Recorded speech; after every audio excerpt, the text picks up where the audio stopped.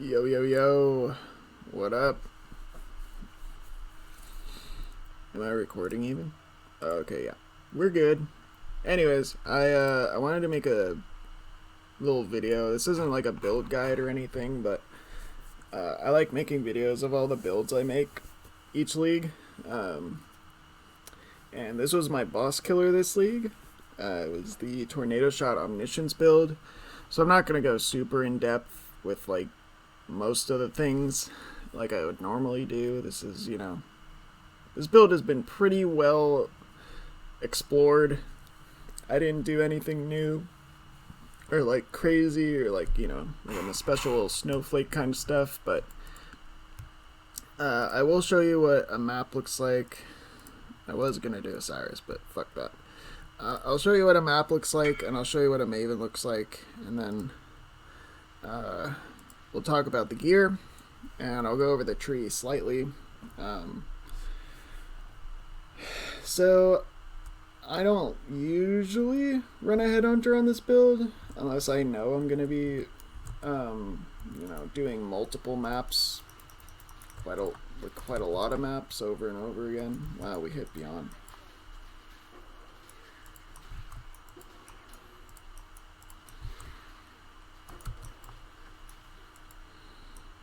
So, I don't know if you guys can notice, but the massive amount of secondary projectiles on this build end up like destroying my CPU. Like I just lag immensely.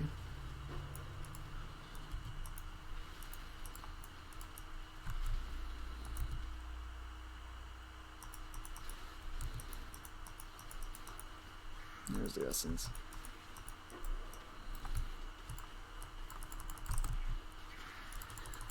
Can I just fucking hit it? Thanks.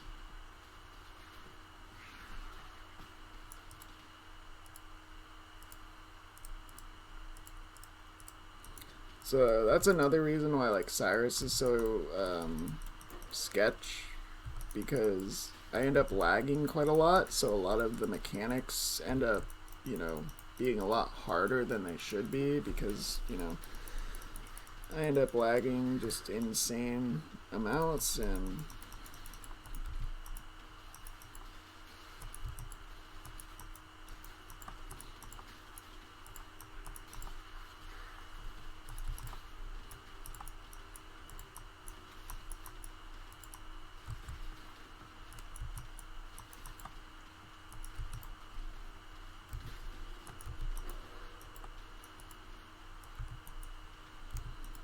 alright, and that's what a map looks like. Alright, let's do Maven, doink. We'll go ahead and put on this belt. It's just a % strength belt with some strength on it. Easy peasy, lemon squeezy.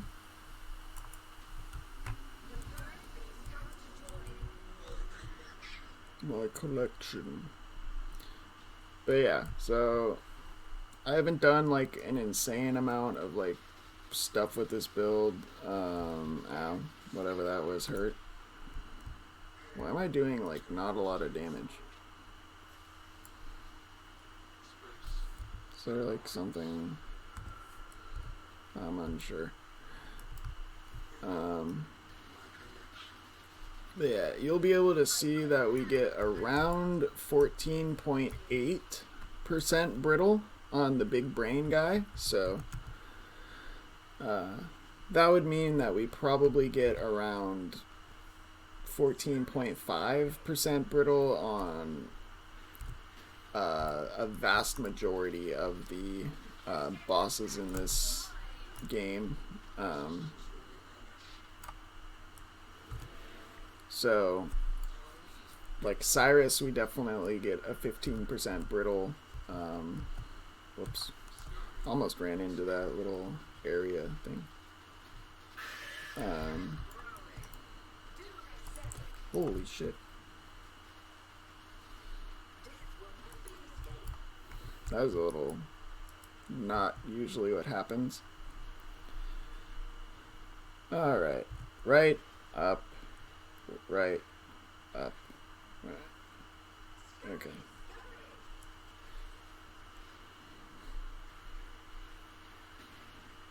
I might die. Oh, ow. I might die during the memory game. So, fair warning. I'm not the best player in the world by any stretch of the imagination.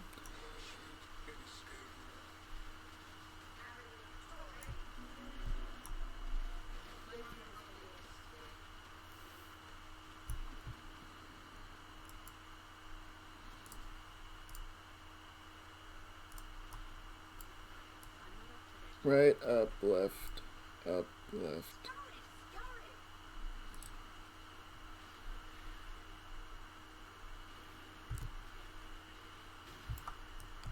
Wow, that was complete luck that I ended up not dying there. Whew! That was sketch, man. But as you can see, that's what it looks like. The damage, it's what it looks like. We have 1778 omniscience. I'm sure we could get that to, like, I don't know, probably 1780 if we divined a couple things, but you know, it's only 1% penetration that we'd be missing, so it's not really all that important. Let me just put this shit away. Dunk, dunk, dunk, dunk, dunk, dunk, dunk. Alright, so this is Omniscience stacking Tornado Shot. It's pretty much the Path of Math build. Let's go over the tree and the ascendancy. The ascendancy, we take Chain, we take the Proj, we take the Gathering Winds, we take Focal Point because Sniper's Mark is just insanely good for this build. Yeah, really, really good for this build. We come up through the decks and take Charisma with the Reservation Efficiency. We take the Jewel Socket with Conqueror's Efficiency, the replica version, because without any minus mana cost, this Tornado Shot would cost, like, I don't know, 50 mana. Which is actually just an insane amount for a bow skill. We take Ballistics, Heart of Oak, and Primal Spirit. This is mainly just for the mana on hit. Oh wait, well I guess we don't even get the mana on hit, but this is just for mana, basically. We don't even need this node, really. But it's nice to have. Makes our precision eat up less of our mana pool. And then Heart of Oak is obviously just life, basically. Come over through here to grab the large cluster socket, and then up here to grab the life and life mastery. We would take this jewel socket if we were 2 levels higher, which we are not. So we are only level 94, which is pretty low for an endgame character, but we can do pretty much everything in the game. We can do the Feared, we can do Maven, we can do Flawless Chayulas. Pretty much everything. The only thing we cannot do is Wave 30 Simulacrum.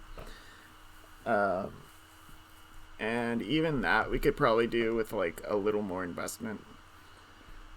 So we come down here, we grab the one spell suppression node here, just so we're capped. We have 100% chance to suppress spell damage. We grab the jewel socket here for our brutal restraint. This gives us 2% dex on all the small nodes. I think it gives you like 2 or 4% 2 or 4 dexterity on all the small nodes. All the big nodes, they give you like, percent of life, percent dex, non-damaging ailments, which is really good, proj damage, max life, aura effect, evasion, move speed, I haven't really min-maxed this as much as I could, but you know, I got 1% dex node and 2% life nodes, so I called it pretty decent and moved on. I also have the ailment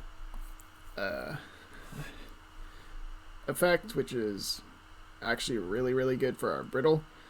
We grab the accuracy nodes here because since we have no dexterity, we really kind of need to invest into accuracy a lot more than we would on a bow build like this. We grab the crit multi here because we are crit capped, so pretty much any multi we grab is just straight damage, like really effective damage to get. We have herbalism here for the life and the flat life. We grab all of these just, you know, for percent elemental damage scaling. Since we are doing all 3 elemental damage types, just generic elemental damage, scaling is actually really beneficial. As like, you know, if you're only scaling like cold damage, for instance, it would be like a third the efficiency. Like, it would be 2/3 less efficient than scaling all 3 of our damage types at once, right? So that's why I grabbed Primeval Force. We almost always have our flasks up, but when we don't, it's only 25% increase that we're losing, but you know, like in a map we'll always have this up, so that's just 50% increased damage effectively. We come down here to grab the crit chance and the crit multi nodes. We grab the more prod speed. I forgot to show you the masteries. We grab this for precision efficiency, so we can, you know, have precision in the build. We have this for crit multi, flat life. We have the prod speed increases to apply to damage with bows. So this 15% more prod speed actually applies to, you would think it would apply to damage with bows, but it doesn't. The more prod speed actually just gets multiplied with our other like percents and equals out to about 123 prod speed. You can check in POB. So this 15% gets multiplied with all of your other increased to equal out to 123%, and that is what gets attributed to this mastery.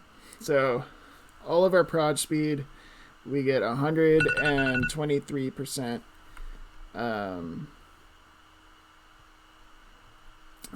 We get 123% increased damage to bows. Easy peasy. And this prod speed is actually really important because if I'll show you down here, when I shoot at the side of my screen, you can see how the secondary projectiles actually can still come out and reach me. So when I shoot in the middle of the screen, we know that the projectiles are going to reach to the outside. So that's pretty much all you want. What the I believe the break point is like 200%. You want 200%, but if you can't, you need to have at least 100%. For, you know, tornado shot to feel good. I think, you know, there are people who are smarter than me that know more about this, but I know that 200% is pretty much as you want, and after that, it's kind of just useless to invest into. At least that's what I think. That's like what I've heard is 200%, no more. If you have to go less, 100% is like a good place to be. So we still are able to, you know, get to our character at the edge of the screen, which is good enough for me. But you really do want this mastery. You grab the spell suppression here. This is just basically so we can cap our spell suppression. If we had like a spell suppression in Watcher's Eye, we could actually drop these 2 nodes, which I'm probably going to look into. We grabbed these dex nodes because, you know, it's just straight up more omniscience. So without these nodes, like without this one node, I believe it's something like 100 omniscience that we lose, or something close to that. And then we grab the strength per mastery. They could be int or dex, it doesn't matter. But we have like 10 masteries, 10 or 11 masteries, I think. So that's just straight up 50 omniscience. So it's 5% elemental penetration. We grab all of these just so we can get life. If we need life to survive. So and then we grab point blank. And then we grab these mark nodes so we get culling strike against bosses.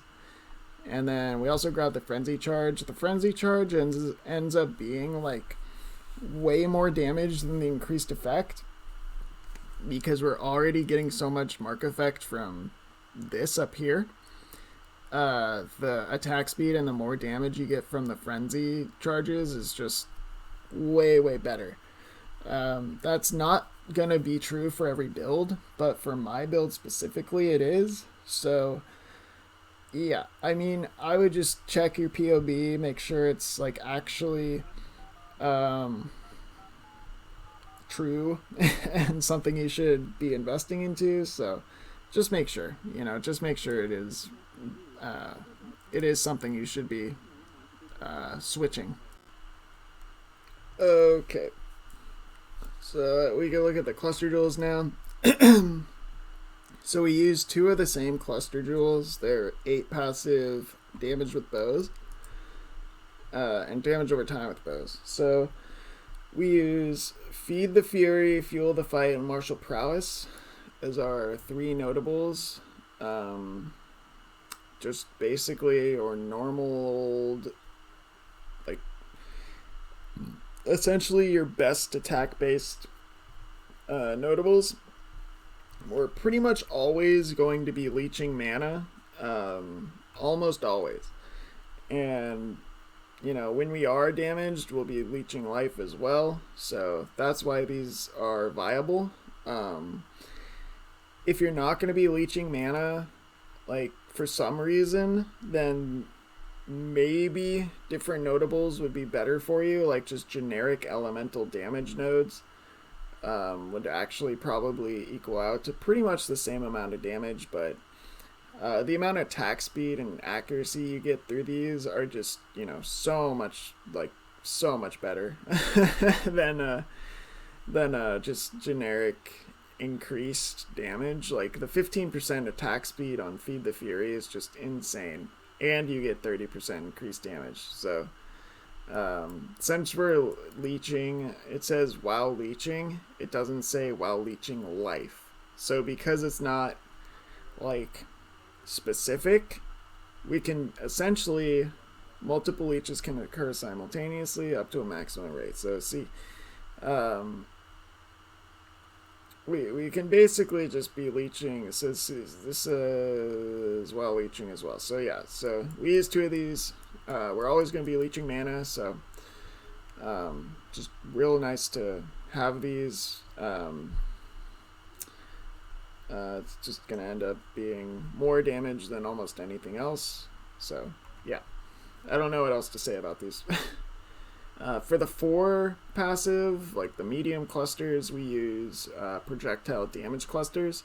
We use Streamlined and Repeater. Streamlined and Repeater. On one of them, we use an Eye to Eye and Repeater, but this could just as easily be Streamlined and Repeater. You could also use, you know, 3 Eye to Eye and Repeater. It just doesn't really matter. As long as you've got Repeater as one of your notables, I would say Streamlined is probably going to be the better of the 2, just even though Eye to Eye is more damage. The prod speed you get with Streamlined is just really nice to have with Tornado Shot, because like we demonstrated before, the secondary projectiles need that prod speed. So Eye to Eye is just kind of like if you're in a simulacrum or like a ritual or like an ultimatum, or big dense quantities of mobs in small areas, that's where this sort of stuff really helps. But yeah, other than that, it really doesn't matter. Just as long as you've got repeater on your mediums, you're good to go. For our Watcher's Eye, the most important mod on here is going to be the crit multi with anger. I grabbed a little more leech, and that's about it. The best Watcher's Eye for my build personally would probably be crit multi with anger, crit multi with precision, and spell suppression with grace. So I could drop these two points, put them into the jewel socket, and then get another jewel socket. A lot of builds could probably benefit from the life on hit vitality mod. If they were just gonna throw in a level 1 vitality somewhere, totally doable. But with the anger crit multi and the precision crit multi, you can get up to 80% crit multi with just 2 mods. So I'm gonna be looking for one of those, but this is more than enough damage already. I'll put the POB in the description, obviously, so you guys can look. Here we have a CB jewel, just pretty standard stuff, no life or anything on it. It's just accuracy and prod speed, really, and it's a little bit of reservation. Getting CB here on our replica efficiency would actually free this up quite a bit, but it's not super necessary. It's just you need corrupted blood immunity somewhere, and doesn't matter where you get it, just as long as you get it. You could even get it on one of your mediums, if you wanted. Up here we have a small cluster for grace. Gives us the ability to run grace in our auras. Pretty valuable. And then this is where we put our Secrets of Suffering. This is what allows us to do brittle. If you really don't know how brittle or omniscience works, just go watch Path of Math's video. I'm not going to describe it in this one just because like everybody and their dog has made a build like this so far. So anyways, the gear, the most exciting part of the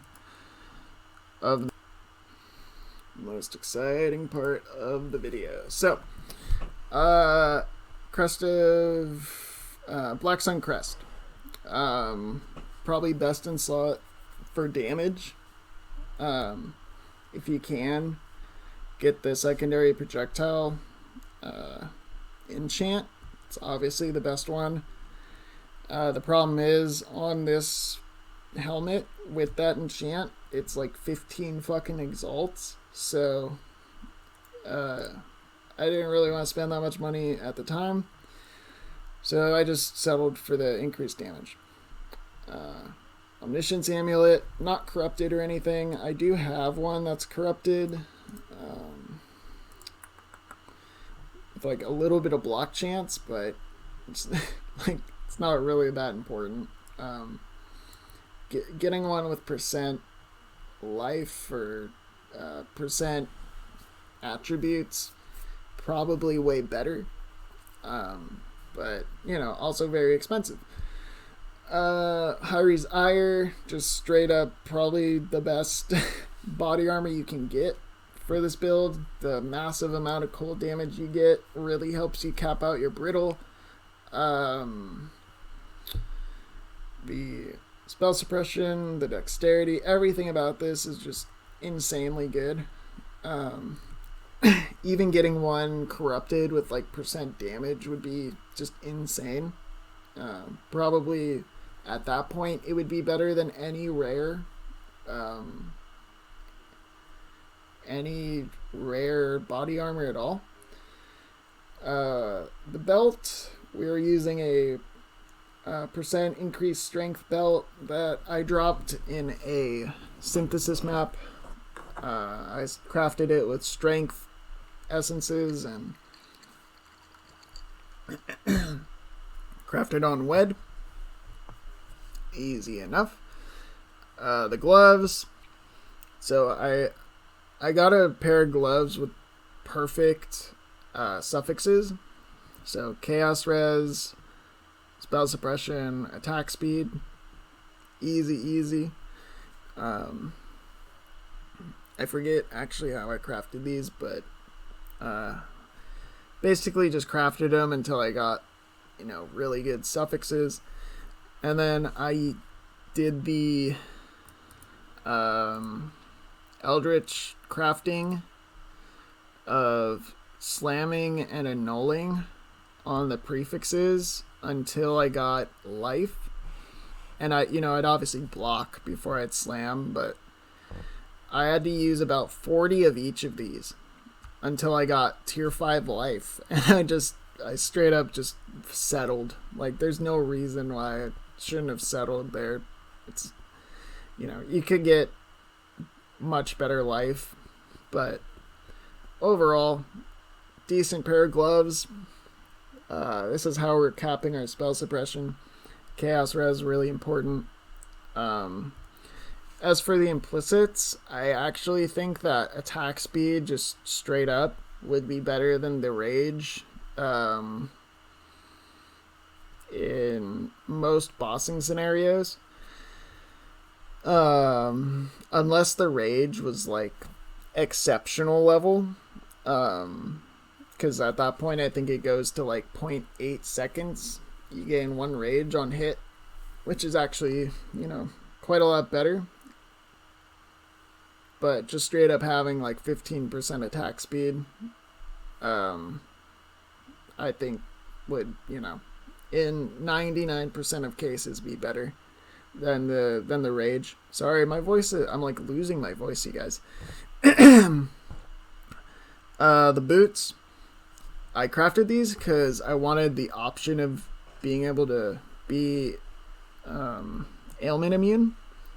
So I spammed the ailment immunity essences, which I think are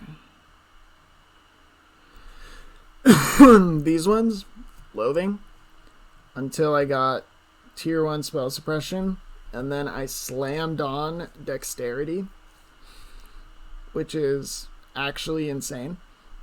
And then I locked suffixes, and then I veiled chaos. The move speed cannot be chilled. And then I crafted life, and then I slammed on the last armor, evasion, whatever. On the implicit, I got max fire res and avoid ailments. I think action speed instead of max fire res would actually, probably give you more bang for your buck, but this is just what I ended up with.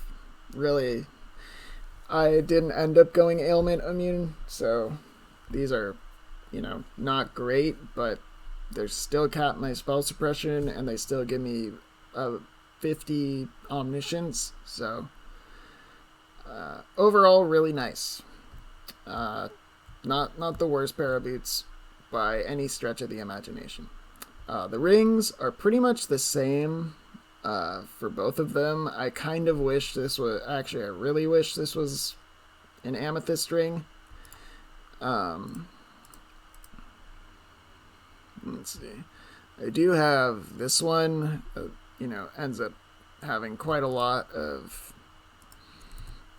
chaos res. This would actually cap my chaos res, but we lose 100 omniscience by doing that. So, not great. Not great at all. I ended up not going for it.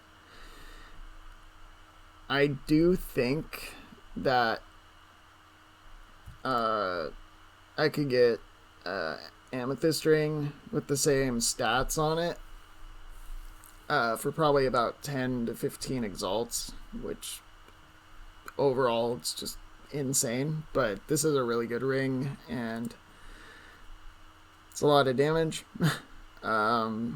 Just general omniscient stacking rings, right? So you do need 1 minus mana cost on one of these. Otherwise, you're just going to be like chunking your mana, and it's not going to feel very good. So yeah, pretty important to have that minus mana cost craft on there. Let's go over the quiver. The quiver is an additional arrow quiver with chaos and accuracy.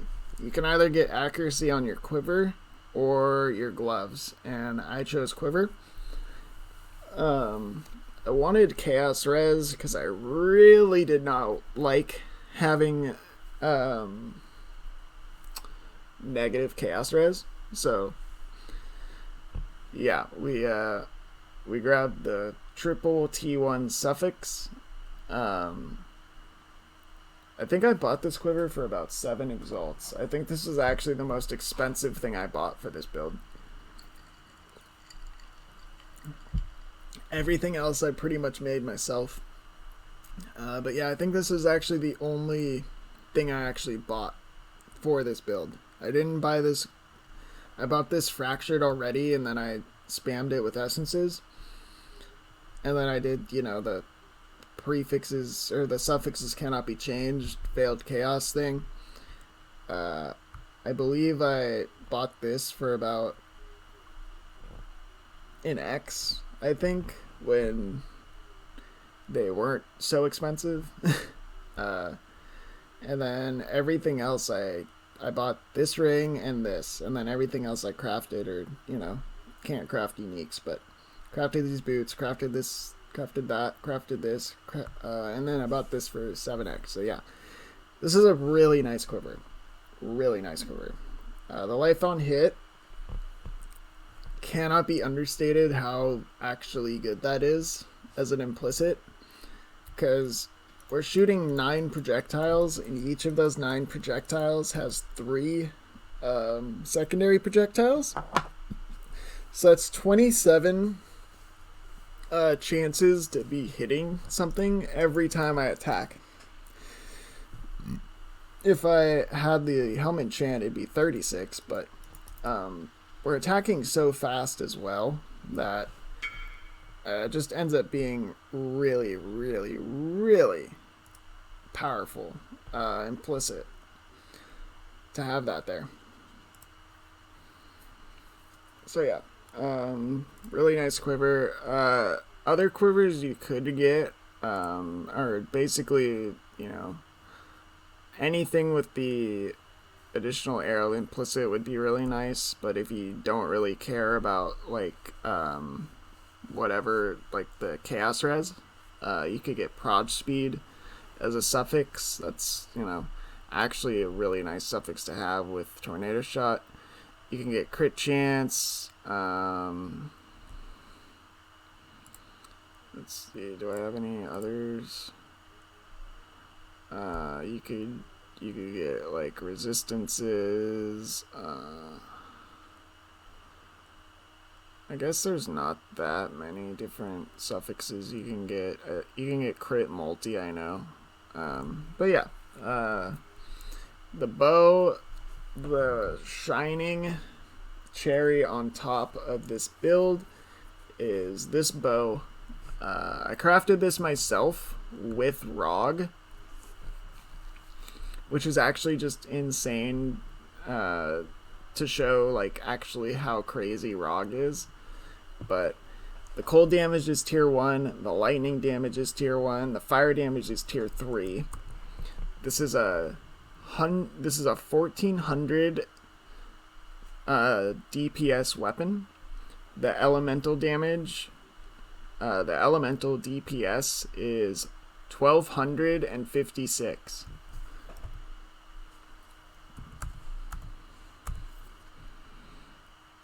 Oops.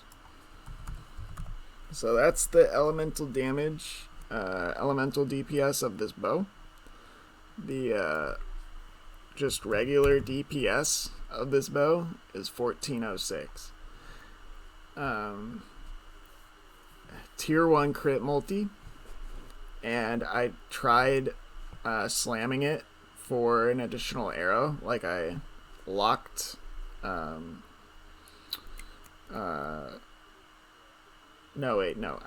crafted on like some, I think I crafted on accuracy.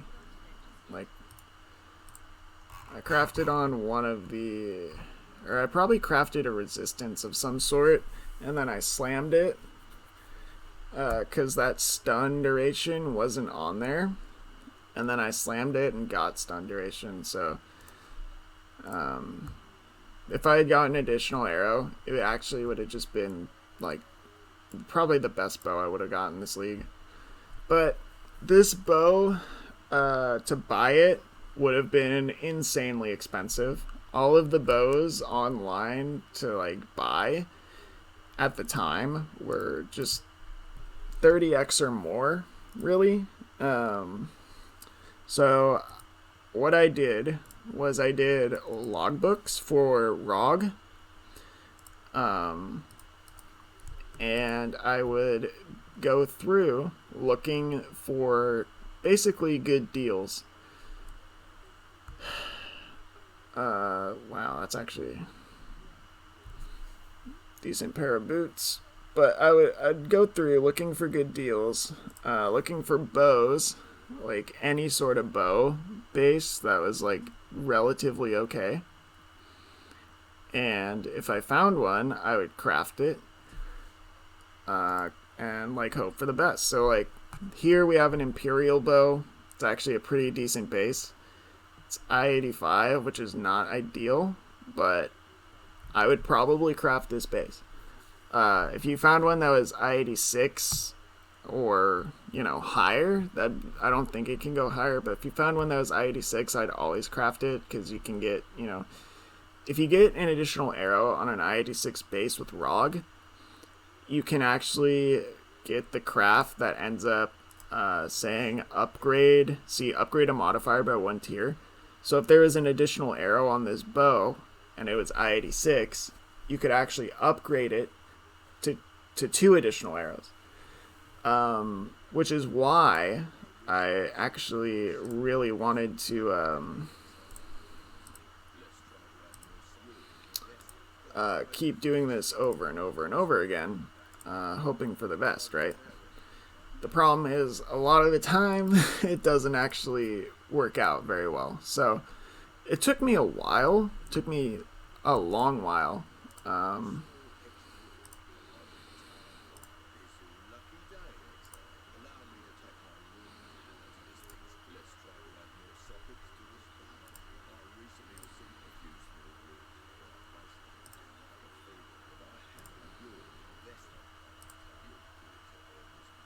It took me a long while, but I actually got one. It would have been really nice if this came with like extra arrows or something, but like I said, all the alternatives were like 20 to 40 exalts, and I did not have the money to do that at the time, so yeah, I got pretty lucky. The DPS of this is just actually insane. So if you do need a really good bow, ROG is your man. The other alternative would have been to get one of these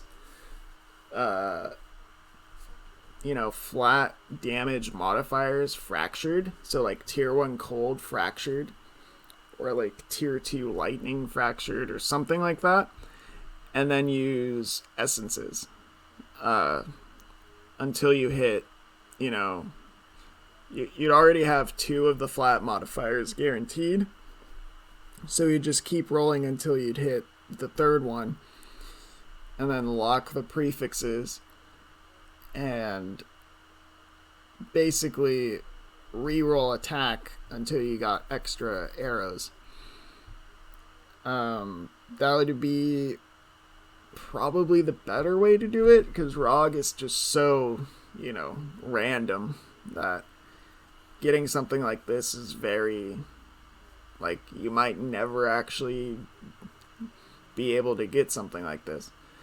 But the other, doing it the essence way is actually pretty guaranteed on a long enough time scale. It's just buying the initial fractured base is pretty expensive as well. So, yeah, that's the gear. I guess we could go over the flasks are pretty, we use this for chill, freeze immunity. Everything else is just pretty standard stuff. Our links is Awakened, Wed, Ballista Totem, Inspiration, Crit Damage, Focus Ballista, Tornado Shot. I don't know why this isn't quality.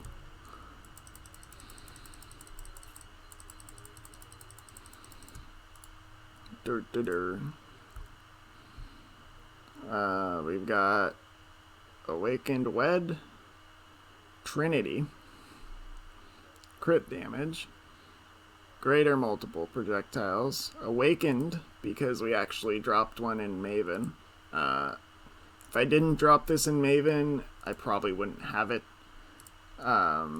Normally I would just go for anomalous Greater Projectiles, because that'll bring your mana cost down to 4, which is pretty that's a really nice mana cost to have. So yeah, I would just go for something like that.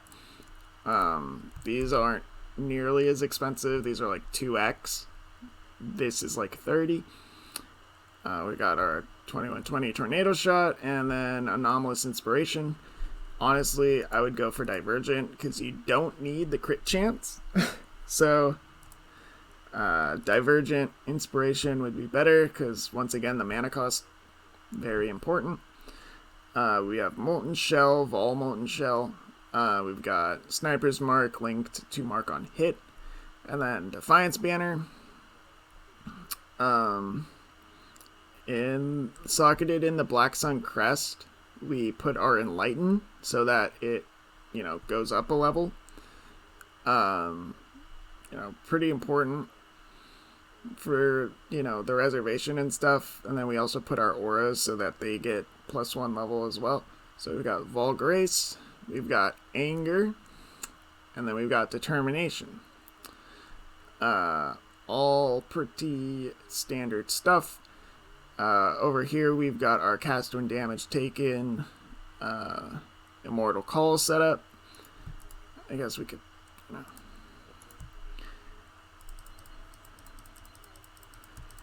go ahead and quality that. And then we've got Precision and Flame Dash. So, just utility gems, I like having Molten Shell, sorry, Molten Shell on left click, and then the cast when damage taken, Immortal Call. Just because this is less damage taken, overall.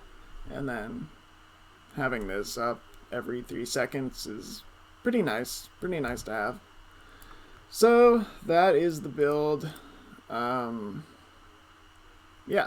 basically just wanted to show you the way I built it. It's pretty cookie cutter, I would say. It's nothing, special. I guess this is a 2 cluster jewel setup as opposed to the 1 cluster jewel setup. But yeah, overall, really, really nice. The build's damage is pretty, what's the word? It's determined by how good your bow is, right? So if you can get a good bow, the rest of the build can be pretty, generic and not so great. And then also, just scale your omniscience to the moon, and you'll be good to go. Anyways, that's it. I hope you all have a wonderful, wonderful day. And I guess I will probably see you guys in the next video I make. Hopefully. Alright. Bye-bye.